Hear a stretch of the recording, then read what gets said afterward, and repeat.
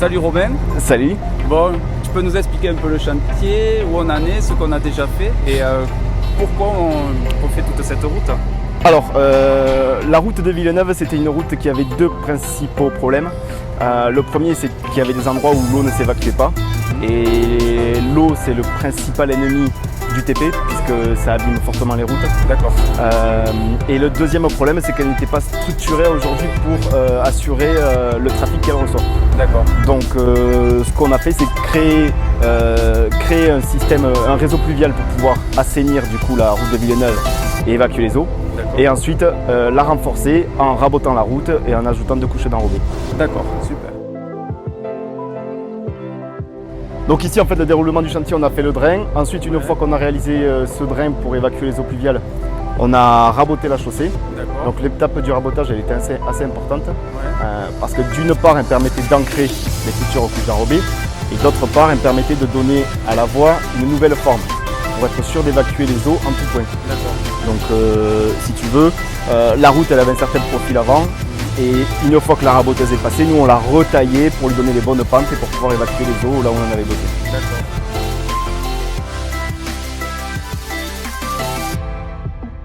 Ensuite, une fois ce rabotage effectué, on a reprofilé et on a mis ce qu'on appelle une couche d'imprégnation avant les enrobés pour protéger le support. On a contrôlé la portance du support pour être sûr que le sol en place soit porteur et qu'il n'y ait pas de ce qu'on appelle de poche qui soit non porteuse.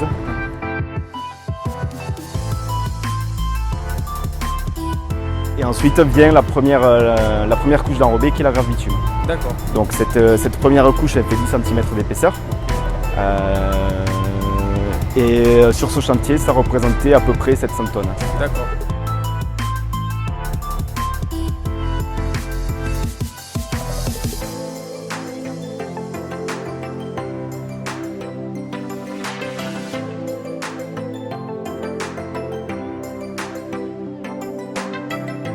Donc la dernière étape, c'est ce qu'on est en train de réaliser aujourd'hui, c'est la couche de roulement, donc qui est un béton bitumineux semi-grenu.